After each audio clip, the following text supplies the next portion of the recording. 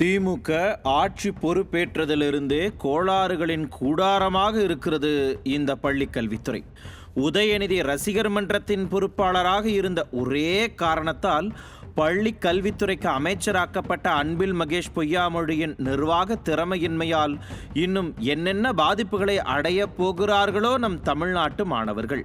தமிழகத்தில் அரசு உயர்நிலை மேல்நிலை பள்ளிகளில் ஹைடெக் லேப் என்று சொல்லக்கூடிய உயர் தொழில்நுட்ப ஆய்வகங்கள் அமைக்கப்பட்டுள்ளன. இவற்றில் கற்றல் கற்பித்தல் பணிகளுக்காக 10 முதல் 20 கணினிகள் மற்றும் ப்ரொஜெக்டர்கள் நிறுவப்பட்டுள்ளன. அவை ஒருங்கிணைந்த பிராட்பேண்ட் இணைய சேவை மூலம் இணைக்கப்பட்டிருக்கின்றன. 3700 அரசு உயர்நிலை மற்றும் மேல்நிலை பள்ளிகளில் BSNL நிறுவனம் வாயிலாக பிராட்பேண்ட் இணையதள சேவை பெறப்பட்டிருக்கிறது.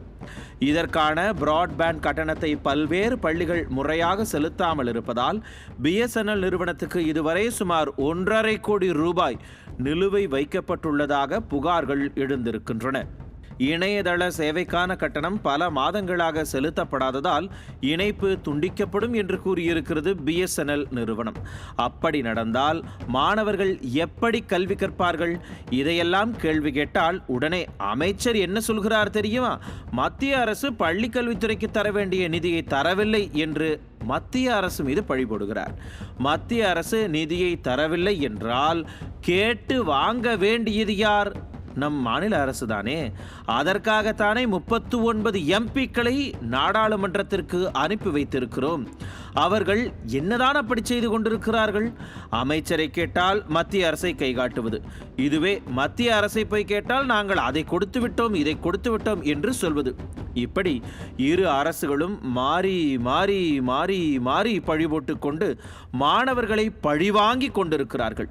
விளையாட்டில் வெற்றி பெறும் வீரர்களுக்கு 1 கோடி 5 கோடி என்றெல்லாம் கோடி கணக்கில் பரிசு வழங்கும் இந்த அரசு ஒட்டுமொத்த தமிழ்நாட்டு மாணவர்களின் படிப்பிற்காக ஒரு 1.5 கோடி ரூபாயை கொடுக்காமல் அலைக்கழிப்பது ஏன்? கார் ரேசுக்கெல்லாம் காசு செலவு செய்ய இருக்கும் அக்கறையில் ஒரு துளியாவது தமிழ்நாட்டு அரசு பள்ளி மாணவர்களின் மேல் இல்லையா இந்த அரசுக்கு? இந்த திமுக அரசாங்கமும் மத்திய பாஜக அரசாங்கமும் இணைந்து கொண்டு மாறி மாறி பழி போட்டு நாடகமாடிய அரசு பள்ளி மாணவர்களை ஏமாற்ற பார்க்கிறார்களா? ஏற்கனவே நீட் நாடகம் ஓடிக்கொண்டிருக்கிறது.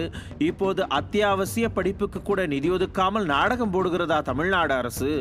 ஆக மொத்தத்தில் மத்திய மாநில அரசுகள் சேர்ந்து பள்ளி கல்வித்துறையை பழிவாங்குகிறது என்பது மட்டும் தெளிவாக தெரிகிறது.